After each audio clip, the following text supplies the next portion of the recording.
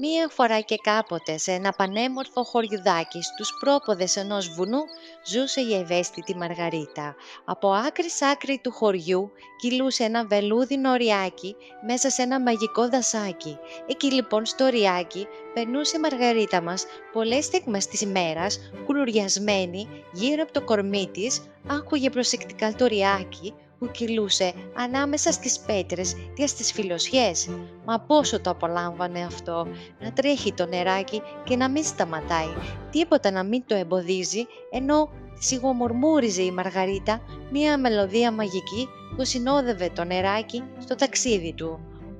Όσο της άρεσε να ακούει τα φύλλα των δέντρων όταν το αεράκι έπαιζε κρυφτό στις φιλοσιές. Έτσι λοιπόν ήταν η δική της κρυψώνα ο μικρός της παράδεισος, διότι έξω από εκεί όλα ήταν τόσο δύσκολα. Η ευαίσθητη Μαργαρίτα ήταν μια ήσυχη κοπέλα, τόσο ήσυχη που οι χωριανοί την έβγαλαν το παρατσούκλι η ευαίσθητη. Την έκαναν καζούρες διάφορες και αυτή από την τρομάρα της έτρεχε κλαίγοντας στο δάσος. Όσο μάλλον όταν καυγάδιζαν οι συγχωριανοί της, που την έχανες, που την έβρισκες, να στο δάσος δίπλα στο ριάκι. Αυτό που δεν ήξεραν ήταν ότι η Μαργαρίτα ήταν πράγματι πολύ ευαίσθητη. Άκουγε ακόμη και τους πιο μακρινούς ήχους. Αλλά το μεγαλύτερο πρόβλημά της ήταν στο σπίτι της. Οι ρυθμοί της καρδιάς της ανέβαιναν όταν άκουγε τη φωνή του πατέρα της. Δεν ήταν κακός, απλά λίγο ιδιότροπος και αυστηρός. Η Μαργαρίτα μας τον έβλεπε σαν έναν κακότροπο γίγαντα, διότι η φωνή του ήταν βαριά και αυστηρή. Ήταν μοναχοπέλη και η μητέρα της δεν ζούσε πια, αλλά ο πατέρας της θύμωνε βλέποντάς την να είναι τόσο ευαίσθητη. Μια μέρα, λοιπόν, μετά από πολλή σκέψη, της ανακοίνωσε: «Μαργαρίτα, παιδί μου, θα πας στο μοναστήρι πάνω στην πλαγιά να βοηθήσεις τις μοναχές στο μάζεμα της οδιάς. Είναι μισή μέρα δρόμος και θα πας με το γαϊδουράκι. Άκου, παιδί μου, θα πας για κάμποσο καιρό να βοηθήσεις μοναχές στο μάζεμα της οδιάς. Γυναίκες είναι, θα σε βοηθήσουν, αυτές ξέρουν». Γιατί να με βοηθήσουν, πατέρα, τι έχω? «Να βρε, παιδί μου, είσαι πολύ ευαίσθητη, λίγο να σκληρύνεις». Μα πατέρα μου... «Δεν είναι η ώρα, καλή μου, θα έρθει και αυτή η στιγμή».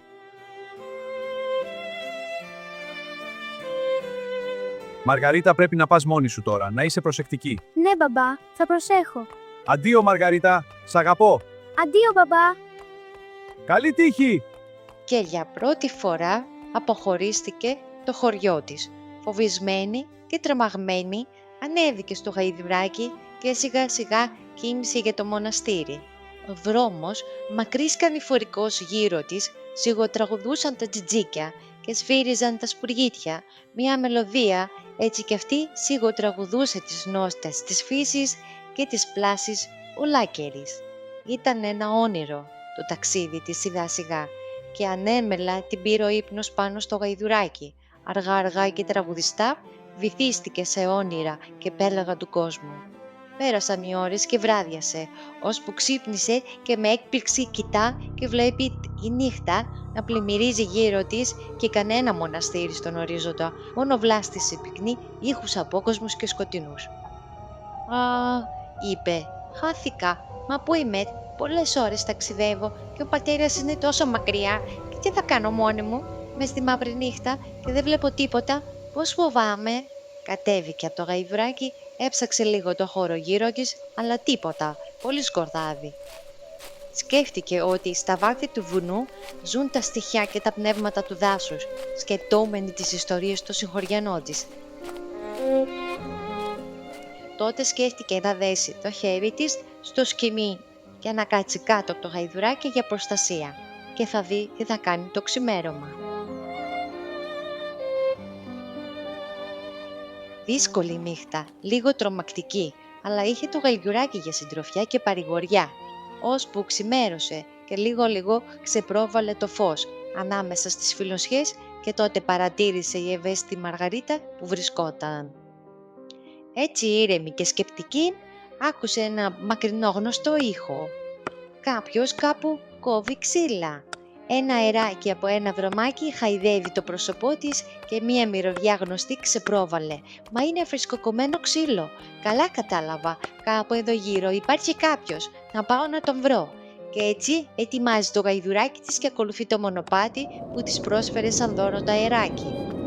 Μετά από πολλή ώρα περπάτημα, ξαφνικά ένας άνεμος δυνατός πήρε και τα σήκωσε τα φύλλα από τη γη και τρόμαξε τόσο πολύ η Μαργαρίτα μας που άρχισε να κλαίει και να λέει «Όχι, όχι, δεν φοβάμαι». Έτσι έχασε και την οσμή και το θάρρος της. Φοβήθηκε τόσο πολύ, λες και έπαιζαν μαζί της τα στοιχιά. Και ο άνεμος ακόμη πιο δυνατός. Τι θα κάνω τώρα, πού θα πάω, ξέρω άραγε να τα καταφέρω και αν βραδιάσει και χαθώ, τι θα απογίνω. Τι έπαθες, παιδί μου, και κλαις και οδύρεσαι? Τι σου συμβαίνει, έχεις χτυπήσει? Χάθηκα στο δάσος και φοβάμαι. Μη φοβάσαι, είμαι εδώ. Θα σε βοηθήσω. Ευχαριστώ. Τότε γιατί, παιδί μου, κλαις? Παράζει η φύση όλη? Να, χάθηκα από χθες το πρωί. Με πήρε ο ύπνος στο γαϊδουράκι πάνω και δεν ξέρω που είμαι. Ξέρετε, ο πατέρας μου με έστειλε στο μοναστήρι πάνω για να βοηθήσω τις μοναχές στη Σοδιά και εγώ χάθηκα. Ω, παιδί μου, χάθηκες για τα καλά. Ξέρεις πόσο μακριά είσαι από τον προορισμό σου? Όχι, κύριε. Θα έρθεις μαζί μου, θα σου δώσω κάτι να φας, να ξεκουραστείς και θα σκεφτούμε τι θα κάνουμε. Και κίνησε για το καλύβι του ξυλοκόπου. Ο ξυλοκόπος άναψε φωτιά, της έδωσε ψωμί να φάει και της είπε Παιδί μου καλό, φαίνεσαι έξυπνη. Τι έχεις να φοβηθείς σε αυτό το δάσος που προσφέρει όλα τα καλά? Μα είναι τόσο σκοτεινό και μυστικό. Τα δέντρα είναι φίλοι μας και τα ζώα οδηγοί μας και η τροφή άφθονη τριγύρω. Θα σου δείξω το μονοπάτι για το μοναστήρι, αλλά θα το διαβείς μοναχή σου με συντροφιά το θάρρος σου και πίστη στην ψυχή σου και έτσι θα μπει σε ενέργεια το χάρισμα σου. Μα για ποιο χάρισμα μιλάς, καλέ μου άνθρωπε? Αυτό που είναι μπροστά στη μύτη σου και μέσα στα αυτιά σου θα έρθει η στιγμή που θα το δεις και θα το καταλάβεις. Καλή σου τύχη, μικρή μου φίλη. Σε ευχαριστώ πολύ για όλα, ξυλοκόπε. Δεν θα ξεχάσω τη θαλπορή και τις συμβουλές σου. Να προσέχεις και καλό ταξίδι. Ευχαριστώ! Αντίο! Ήταν ένα όμορφο πρωινό με μυρωδιές και αρώματα και μουσική της φύσης. Η Μαργαρίτα μας όλο χαρά τραγουδούσε ρυθμικά παρέα με τον άνεμο και τα σπουργίτια. Δεν την εμπόδιζε τίποτα. Τα λόγια τα σοφά σκεφτόταν, η φύση είναι φίλη μας και τα πουλιά οδηγεί μας.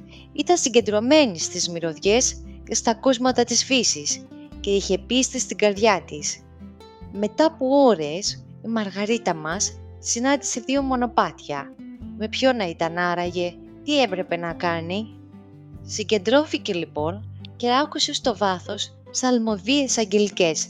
Τότε έψαλε κι αυτή μαζί τους.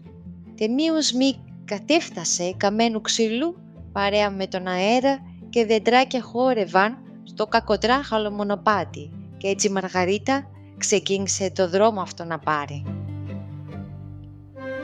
Τι όμορφα χρώματα και να το μοναστήρι!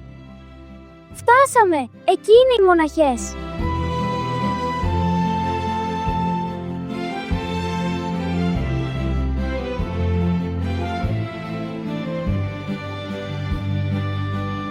Αντίκρισε στο διάβα της το μοναστήρι και οι μοναχές την υποδέχτηκαν με αγάπη και αυτή με δάκρυα χαράς της διηγήθηκε τις περιπέτειές της.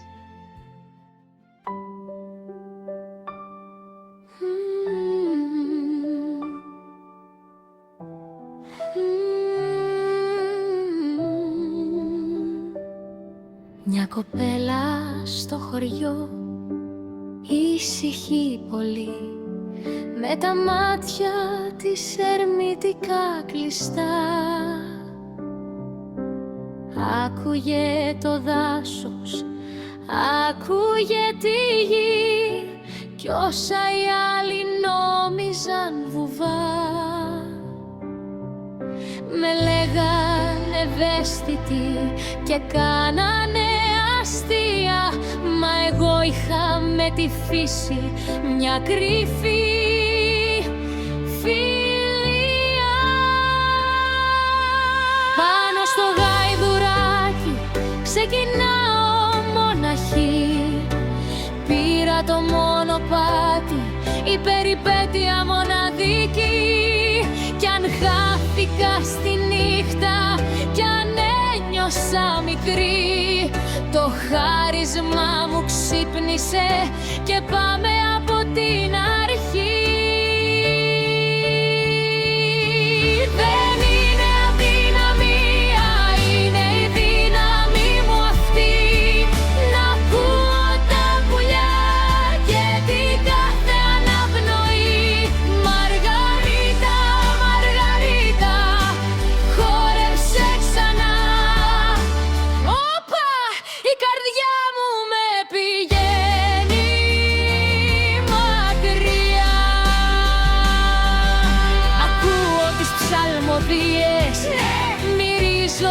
τις οδιές.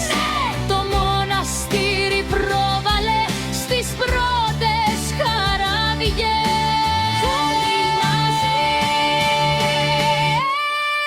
Δεν είναι αδυναμία, είναι η δύναμη μου αυτή. Να ακούω τα πουλιά και την κάθε αναπνοή.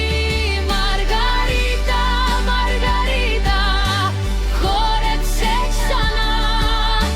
Όπα, η καρδιά μου με πηγαίνει μακριά.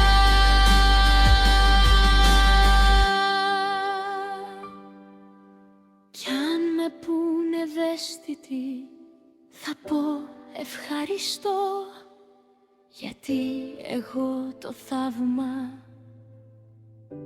μπορώ και το ακούω.